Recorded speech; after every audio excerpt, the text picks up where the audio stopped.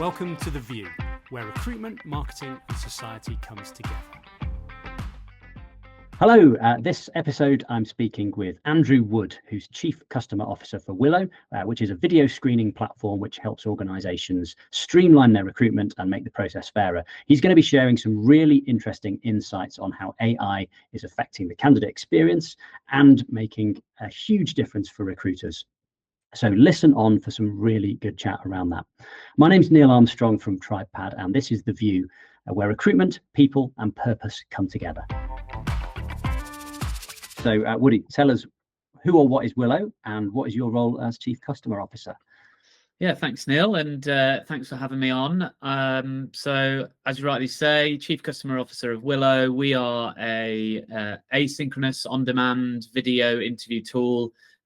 We do a little bit more than that these days, but that's what we're kind of best known for, essentially helping organisations to identify potential at scale and see beyond the CV of each individual applicant that they use our tool with. And my role, so I was actually Chief Commercial Officer. I'm also the co-founder of the business, but I've transitioned into a role that I've created myself, which is Chief Customer Officer, so that I can basically do the thing that I love, which is talk about recruitment with large enterprise customers, and work on our partnerships. So my role is really going into our biggest customers and helping them build a best-in-class pre-screening assessment process from start to finish. So yeah, that's me.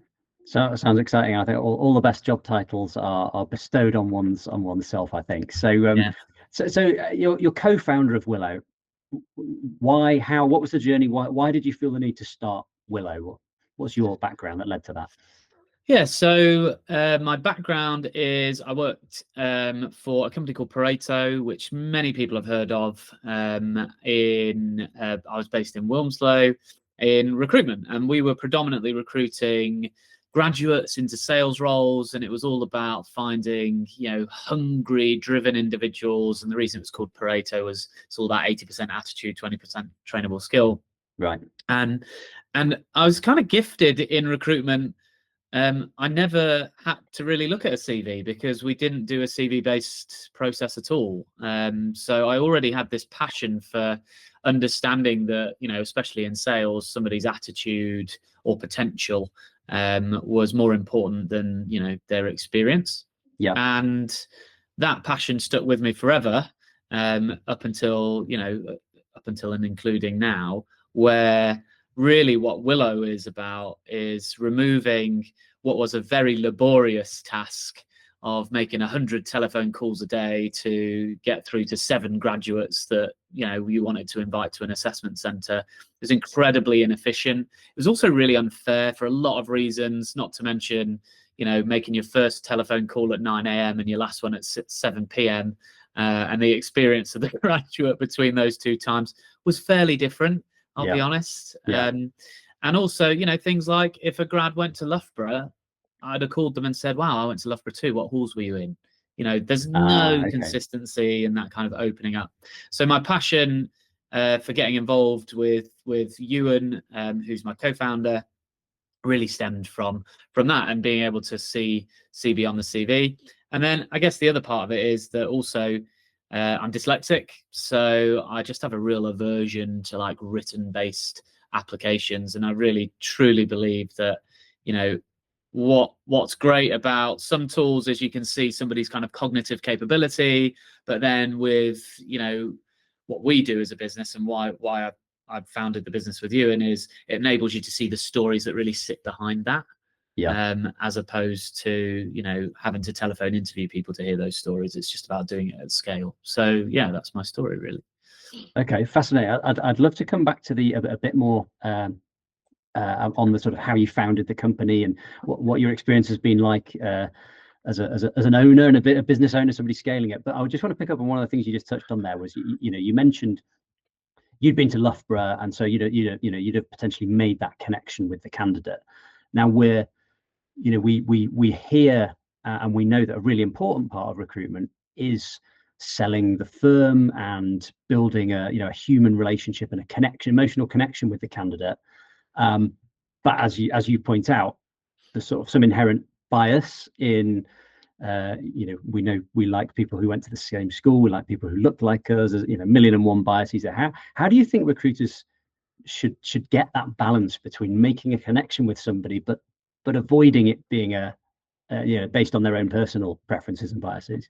Yeah, well, I think there's kind of two answers to that. One is, firstly, make sure that you have the stages in the process before you need to sell to them that qualify the skills and potential of that individual, basically. Yep. So make sure that you've got that, and then invest time in that top 10% or top 20% of candidates. And at that point, you've done your as much assessment as you reasonably can before you then start to go, okay, well, now I'm building rapport and all of that kind of stuff. So that's point number one. And then I think point number two for me is, rather than entering a call with a comfortable bias towards having a conversation about the things instead have an interesting and curious conversation about the things that you don't. Like, the best recruiters that I've met are the ones that are able to go into any conversation with curiosity and ask genuine questions around things that they've seen about that candidate, even if they know nothing about it. And a good example from my life is when we used to run assessment centres, we would ask people to stand up and tell us their greatest non-academic achievement to date. And one thing that I always admired about the people that ran those days was their ability to, whether they knew nothing or something about what that person's achievement was, it was their ability to actually question around that and, make the person feel genuinely heard, and have like a genuine interest in whatever came out of the candidate's mouth, basically. So I think it's focusing more on, what have I got in common, focusing less on what I've got in common with the candidate and more on, what could be interesting about this individual that I don't know but could be interested in. Great advice. So coming back to the sort of the Willo Foundation story, and I imagine you 4 or 5 years on now, it's easier to sort of say, well, this is how we founded the company, but sort of thinking about, why did you decide this was the problem you wanted to solve, and how did you go about that first 12 months of literally starting the business? Yeah, I mean, the reality is, so Ewan's the CEO, and I guess me and him have been friends for years, like 12 years or so, longer than that maybe. And Ewan had this idea when he was starting up a business of basically using YouTube to get videos of candidates, because the other options on the market were too expensive, they weren't much fun, and actually candidates didn't want to do them. But then equally, YouTube was not great. And Ewan went about starting to formulate this idea, and I basically went for a pint with him a few times. All the best ideas formed in the pub, right? Exactly, yeah. And we used to catch up regularly, and I'd be like, oh, how's it going? And that iteration didn't quite work out. And this whole time I was literally thinking to myself, like, I'm actually in recruitment. I can see this kind of seed of an idea, and all the work that Ewan had put in before I joined was 100% the way that the world would end up. Basically, I just had ultimate conviction that the telephone interview was going to die. So that other sort of MVP of Willo wound up, and I said to Ewan, when you start this up again, because I know you're going to, let's do it together. And then it was just a case of me focusing on the things that I was supposedly good at, which was obviously sales and adding a kind of an extra recruitment industry lens. But then I also taught myself to be a finance director, got into the weeds of the legals, and it was one of the most fascinating times of my life. I have to say, like, the 6 months from when I left my professional job to being one of 2 people starting up this now venture-backed business, I learned more then than I learned in 11 years in my corporate role. So the real practicality of it was first and foremost getting it to a point where somebody wants to give us money, which was just a lot of hard work and working every single Sunday and all of that stuff. And then it was the constant realization that you literally know nothing about what you need to know about. Yeah. So for example, how to allocate shares to advisors, how to, take investment, and what does that mean in terms of what's a cap table. There was a point where, because I was from recruitment and Ewan was from the automotive market, we'd go into meetings with investors and they'd ask us what ARR was. And like the first time we were asked that, we had no idea what ARR was. So it's really interesting. And at the time, you sort of panic and you're like, oh my goodness, how can I not know that now? I feel so stupid. But then over time you realize that everybody's had to learn it at some point, and why would I know that? So it's just a really steep learning curve in the first 12 months, and it's just really finding what your value proposition is, having lots of conversations, getting as much feedback as possible, failing loads, having massive issues and tiny issues, and having 100 different fires and figuring out which 2 you can reasonably put out and which 98 of them you just need to leave burning as embers, basically. So sounds exciting, but a nightmare at the same time. You having to wear lots of different hats and nobody to delegate to, presumably during that time. So it's literally you and Ewan. Yeah, we achieved our dreams of living our nightmares, for a little bit. That's kind of how it goes. But honestly, there's no point of the founder journey that I regret. It is, and it was hard. But yeah, it was just so exciting and so interesting to learn new stuff. Yeah. So fast forward to 2025, where is Willo now, in terms of, I don't know, customer numbers, staff numbers, number of screening checks you're doing, all that sort of stuff? Because I'd imagine I know you've scaled an enormous amount since those early days. Yeah. So when we took the investment back in 2020, we had 36 customers. We've now got nigh on 1,000. So we've not quite hit that number, but we will be there soon. That 1,000 equates to something like 15,000 users, actually in 145 countries now. And we are, I think we'll do over 3 to 4 million video interviews this year, if not more than that. So yeah, last year was about 2 million. And a claim to fame, we've had an interview completed in 195 different countries, which is, I think, pretty cool. That's pretty much all of them, isn't it? Yeah, well, apparently, so Google says that there's 220 countries. The UN says 195. So I'm just gonna, go with whatever makes it sound. 195 sounds like all of them. Yeah, there's a parallel to TribePad there. We sort of quite often will say, we'll receive candidate applications from every country on earth apart from North Korea, Antarctica, and the Vatican City. But apart from that, we've got it all covered. So I'd imagine you're very similar. Yeah, pretty much. I think we have had a video interview submitted from Antarctica. I'm going to throw it out there, or at least that's what Google says. So excellent. Somebody on a random VPN. We have had Madagascar, which was pretty cool. So yeah, all over the place. It's crazy. So with all that data and all that insight, you've got some pretty clear. You've done some recent research on AI and how that's impacting recruitment. You also got a really strong campaign around making the recruitment process CV free. So why don't we start with CVs? You mentioned your own dyslexia and your dislike of those sorts of documents, and at Pareto not using the CV, and having a skills based and attitude based approach to hiring. What's your message on why CVs shouldn't be used? Yeah, so there's it links to AI now anyway. There's no way of getting away from it. But I always talk about there being 3 reasons. So one, and first and foremost, again, I recruited in sales, and when we did recruit senior salespeople, I never saw a single sales CV that didn't say they hit every single quarter. And I know personally, I haven't hit every single quarter. There are plenty of people I do know that have hit every quarter, but it's very unlikely that 100% of the CVs are correct. And actually, Business Insider did a survey and found that 72% of people admitted that they lied on their CV. So they're just inaccurate. It's marking your own homework. It's difficult to really gauge somebody's skills or potential on something that they've written about themselves that is predominantly based on the time that you spend somewhere, which is a terrible indicator of success anyway.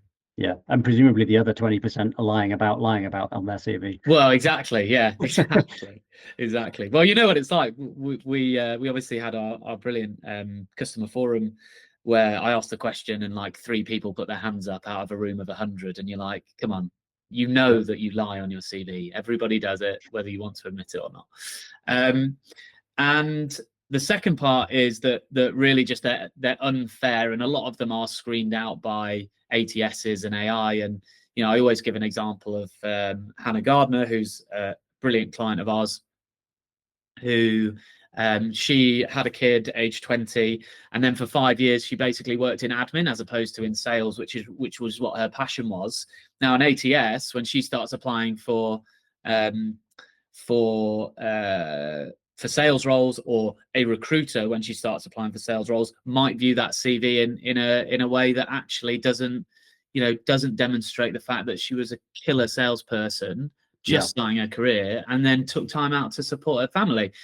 And then when she's coming back full of all this potential, why is that now blocking her from getting a successful job? So and there's a lot of companies doing really cool stuff and from an AI perspective that can uncover hidden skills that aren't shown in a CV now as well. So that's number 2. And then third and finally, with things like lazy apply and apply AI and just ChatGPT itself, you can basically put your CV in, put the job description in, and go, hey, could you just match up my CV so that it looks exactly like the person this company is looking for? Yeah. And you end up with that sea of sameness. And yeah, I just they're 3 genuine things that I think all recruiters right now are feeling the pain of. They're feeling the pain of a incredible increase in the number of applicants that look incredibly similar.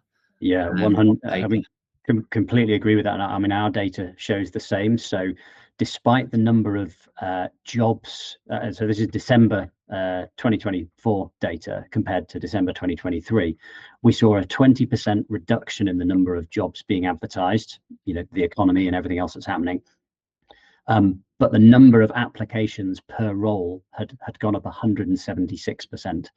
So, recruiters who are already busy are literally being swamped. And as you say, that sea of sameness where you can tell 15 candidates have literally put the job description into ChatGPT and said, sort this out for me. And you're supposed to stand out in the interview process, not look exactly the same as everybody else. Yeah, and I think just to sort of tap into the AI side of things more, the reality is that candidates are being mismanaged when it comes to AI. They're being told on Instagram, that, or on TikTok, use this and you'll ace your interview with Goldman Sachs, the hardest interview on the planet, all of this stuff, when in reality all that is happening is they're becoming AI disabled and using it as scripts or as auto document, changing the documents to look all exactly the same. And in reality, that is taking them out of the process, not enhancing them in any way, but they've been led to believe that this is what you should be doing and how you should be doing it. And they're missing out on jobs and opportunities because of it. And do you have concerns then around the sort of fairness and inclusivity then that potentially AI is having? We hear arguments that the AI will be a force for good and will make things better, and then we hear that it's a force for bad and will make things worse, and it's all being programmed by a load of rich white guys in Silicon Valley, so it's going to be full of bias. What's your take on it personally? Well, personally, so my Nostradamus prediction is that over the next 18 months, all of these companies will start using the AI tools, and all of the candidates will continue to use theirs. And what will essentially happen is AI just ends up assessing AIs, and after 9 to 12 months, somebody sits down and realizes, nah, this isn't working for us, or whatever, and then all of a sudden the herd will catch up and push back, and we'll start to go, okay, now that we've aggressively implemented AI, what are the tools that are actually delivering a higher quality of talent to our business? And the candidates will say, what's the AI that I'm reasonably happy that's going to assess my capability without a human seeing it? and the two things will reach a level of equilibrium. But we need to go through that kind of painful moment in time where AI just gets overutilized in certain aspects, and then people push back one way or another. And it's interesting. So in our state of hiring or hiring trends for 2025 report, we always ask, like, how many of you think that AI shouldn't be used within the process at all? When we did it last year, so December 2023, only 4% of people thought that it shouldn't be used. Now that's now only 9% still, but it's a doubling of the number of people. So I think you'll just start to see that sentiment increase, purely on the basis that a lot of the people that answer the survey are pretty frustrated with just seeing the same candidate. Through applications. It'd be fascinating to dig into that, wouldn't it? Is that increase from 4% to 9%? Is that recruiters who are using AI and becoming dissatisfied with it already, or is that recruiters who are reading criticisms of AI and deciding not to use it before they've actually used it? Who knows, right? I'm sure there's a mixture of both, but interesting. That would be very interesting to dig into. And again, I think, with the TA world as tumultuous as it is right now, with people being let go and teams getting smaller and people searching for new roles, I wouldn't be surprised if there's some people within that even that have gone through a cycle of potentially losing their job or being made redundant, gone through some of the AI side of things, felt the side of the candidate, and then come back and gone, blimey, actually, this isn't quite right. We need to rethink our strategy from an AI perspective. Yeah, that sounds right. I can imagine a world. We know that TA teams often struggle to get the recognition and resources that they need within the company, and they're seen as an overhead. I can completely imagine a scenario of the IT director and the FD sitting down and saying, well, we'll shrink the size of the TA team and we'll just put some AI in and that'll sort it out. We'll become more efficient. We can cut some costs there, without understanding this isn't just a numbers game. This isn't just about efficiently processing. It's not a line in a factory. This is about making human connections with people who are going to come in and be the talent that runs your business. It's not a meat grinder to be run faster with a little drop of oil. Yeah, I mean, it's the most human role in the business. You can say that HR is, but a lot of HR as an overarching function is policy, is legals, is all of that stuff. There's very little roles within a business that are more human centric than a recruitment role. If you're a recruitment advisor, your job is literally every day to identify humans to go into jobs and ultimately affect their livelihoods, right? So I think what we're advocating for, especially with CV Free, is that yes, you need to use tools, you need to automate, you should absolutely be aggressively using AI to remove heavy lifting admin tasks in order to deliver an amazing human-centric process for your candidates, and ultimately, for your hiring managers, for you as an individual, all of that. Yeah, fascinating. And so for those of you who haven't seen it, I think the URL is cvfree.me. Is that right? cvfree.me. Yeah. So it's kind of Willo, it's kind of not actually. It's more a thing that it's a movement that we're absolutely supporting. So people like Toyota, EDF, there's some amazing brands already behind it. And I guess what we're encouraging people to do is go and look on the website. There's some resource in there as well that can help you move CV Free. And right now, as you have experienced, I'm running around the country, desperately trying to tell people about how they can do it and what they can do differently. And I'm genuinely shocked sometimes when I have the conversation with recruiters, just how pivotal the CV still is to their process, and how challenging they find it to think about a world where they could actually remove it. Yeah, and we certainly hear that actually quite often the recruiter is keen to move on to skills-based, attitude-based, gamification and assessments. But actually, the hiring manager community, there's a huge resistance there of, well, Dave in manufacturing just wants to see 10 CVs and he's not interested in, other things. Have you got any tips there in terms of perhaps some of your customers who've had that challenge between recruitment and the hiring manager community? Yeah, I mean, the first tip is, if you want me to run a workshop, I run them for free, and the whole workshop is about helping hiring managers understand and identify what skills they need, as opposed to the comfort. I think what happens with hiring managers is they have the comfort blanket of going, I'm not going to get fired for hiring this person because they've got 5 years at our nearest competitor. It's almost like an IT manager not getting the old adage, you don't get fired for using IBM or whatever. I think that's the same. It's just a comfort blanket. And also, not that many companies still train hiring managers in recruiting, because it's not whilst it's a core part of their role, because you are the people that you have and you manage and the processes that they achieve, it's not actually their day-to-day operations, right? It's the thing is that they trust, or they hopefully trust, the recruiters to get the candidate to a point where they believe this individual is going to be worth interviewing. But then they fall into the trap of going, well, I want to see their CV first because I don't want to waste my time.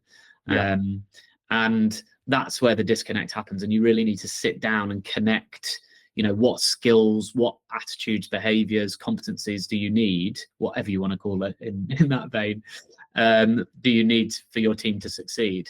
And how does that connect up to the business? And then once you've identified those, you go, well, how many of those can you tell whether somebody's got if they've got 3 years experience?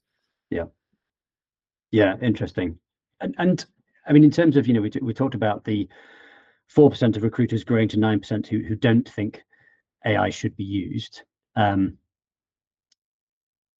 in your hiring trends research, I think it's that 38% are already using AI. Yeah.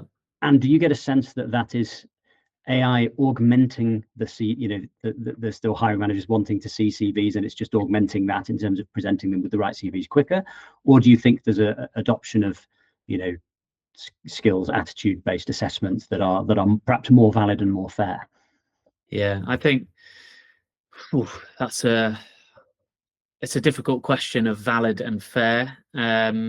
To be honest, like the ethical use of AI and how like you said, how are those algorithms structured? What data are they based on? Yeah.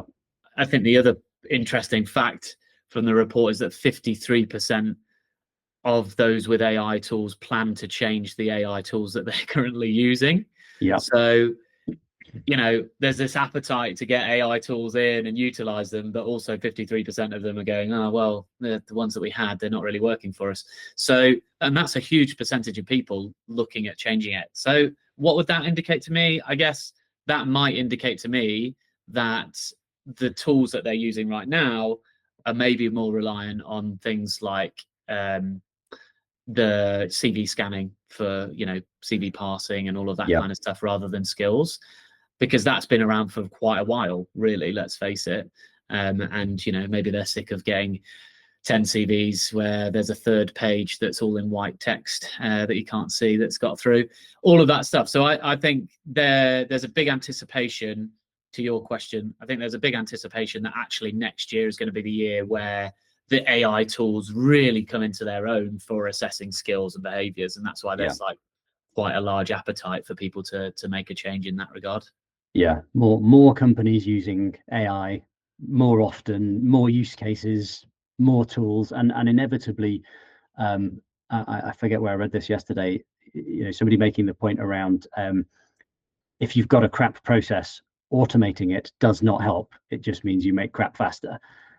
Those weren't the exact words, but it was like get the basics right. Yeah. And then by all means find a tool that can make it more efficient and effective. But if you haven't figured out your basic processes of search, sift, selection, interview, and appointment, bunging some AI tools on top is unlikely to get a better outcome. Absolutely. And I think that again, this is all conjecture, isn't it? Like around this 53%, but there's probably people in there who last year went, whoa, we've had what was the number you said in terms of uplift of applicants, whatever that number was. Yeah. We've had that, and holy crap, how are we going to deal with that? Right, well, let me just do a quick Google and find something that's going to get us past this pain point quickly. And they've run it and they've gone, do you know what, that was kind of good, but you know, I like the idea of automating some of this, but actually the outcomes haven't been as good as we wanted. So what I'm going to do is I'm going to shift towards something else and find something better. And that, you know, that has always been our sort of ethos around AI, is firstly figure out what the problem is that you're looking to solve, really, and actually, is it an AI based problem?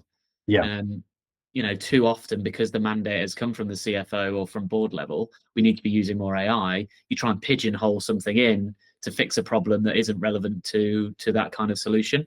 So it really is about let me nail on, you know, what is the issue that I'm facing, and what's the tool that's going to save it.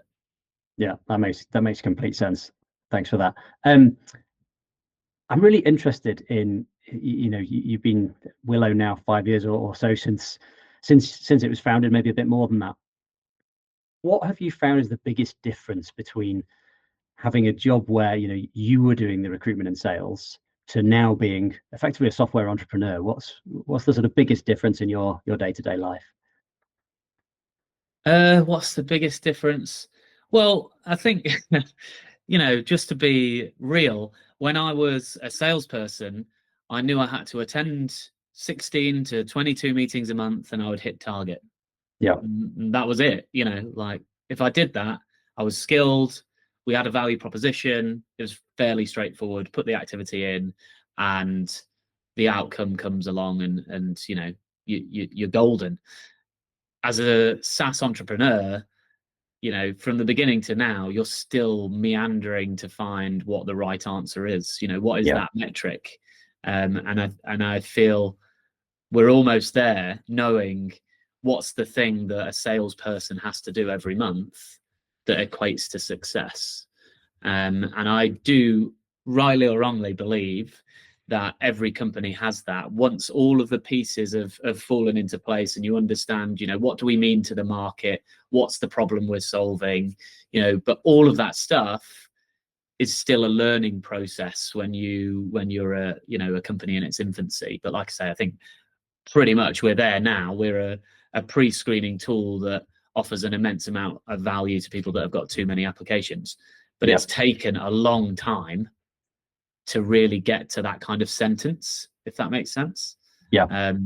So yeah, it's like I say, it's exciting and challenging, and I think, you know, if you ask some salespeople that come into our business, they'd be like, so what do I need to do on a day-to-day basis? What's my absolute KPI that means I'm going to hit target? And you're like, well, actually, we're kind of still testing that out. So you need to go and do a bit of this, do a bit of that, and then come back to us with what you think the right answer is, and then double down into that. So yeah, that's the takeaway, I guess.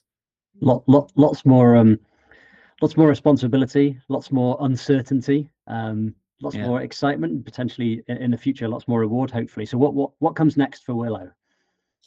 Yeah, so I always struggle with this question. I think what comes next immediately in my sphere of influence is building really great partnerships with complementary products to really have this kind of best-in-class, you know, flow for our customers. And ultimately, what I would love to see from a Willo perspective is, and we don't talk about, you know, the product too much, but what I would love to see from a Willo perspective is us just be a respected partner within the TA community, so that if somebody had a problem that was completely unrelated to what we do on a day-to-day basis, they'd come to us and ask for our opinion. And that's always been our mantra. And, you know, I talked about sales, we actually call people concierge customer specialists. The idea being, you know, it doesn't matter whether they come through the door and they want what we do, or actually it turns out they need something else. Be the concierge person that ultimately gives that customer what they need, because that will guarantee that when they do need us and when the timing is right, they'll come back. So I would like to see that from a Willo perspective, like the brand being respected in that way, and you know, that takes a lot of time to build, and not a lot of time to lose. So we have to be very conscious of that. And then the other side of it from a product perspective is, we're building our own sort of ethical AI tools within our platform. We're expanding the types of questions you can ask. And I really just want to help organizations through our really simple to use platform. Like I say, get rid of admin and spend more time with human beings ultimately. Yeah. Which I think for what we do can seem counterintuitive almost, because people are recording videos of themselves in their own time, but the whole point is that you get to spend more time, like I said, investing in the humans that were going to be right for the business. Yeah, look, it sounds like a really worthy mission, and I think you guys are destined for success. Whatever pans out during the next 18 months in the world of AI and screening and assessment and recruitment and the wider economy. Talking of success, you are a hockey player at a pretty high level, and I think you recently represented Wales at the World Cup. Is that right? Look at this. Hey, I've got a genuine cap. Nice. International cap. Sadly, it does say Wales over 35s. Oh, let's just forget about that then. Yeah, it gives away my age. And, most of my hockey mates would say it's like playing for Shropshire, playing for Wales. But the reality is I love hockey. I absolutely adore it. I spend, two nights a week training, 1 day a week playing minimum in a league. And I have done since I was like 11 years old, maybe a little bit younger. And with Wales, I got to go to Cape Town, play in a World Cup, have a closing ceremony on whatever it is in Cape Town, on the beachfront. And whether I'm actually as good at hockey as it makes it sound or not doesn't really matter to me. It's the fact that I got those amazing experiences alongside everything else I'm doing. Fantastic. And I guess last question for me: is there anything from the world of hockey that you've been able to bring into Willo that in terms of stuff you've learned, and vice versa? Is the stuff from being a recruiter, salesman, entrepreneur that has informed your hockey playing?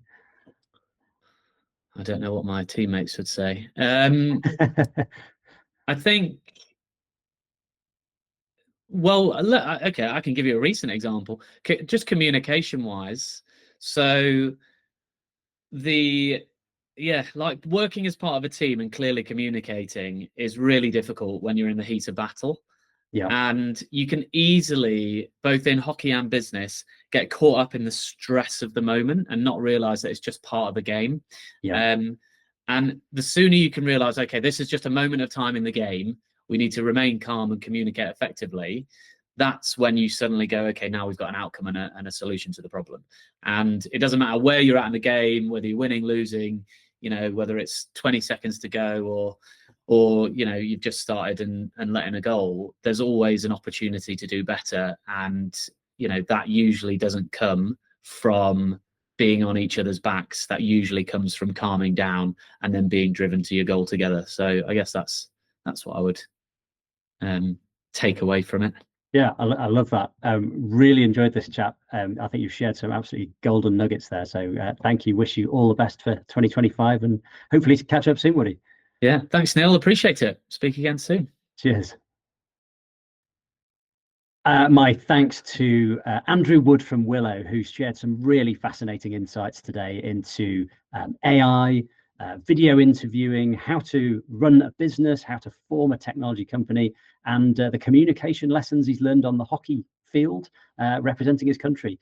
If you enjoyed that, please share it with a friend. Visit tripad.com/theview where you can subscribe for future episodes.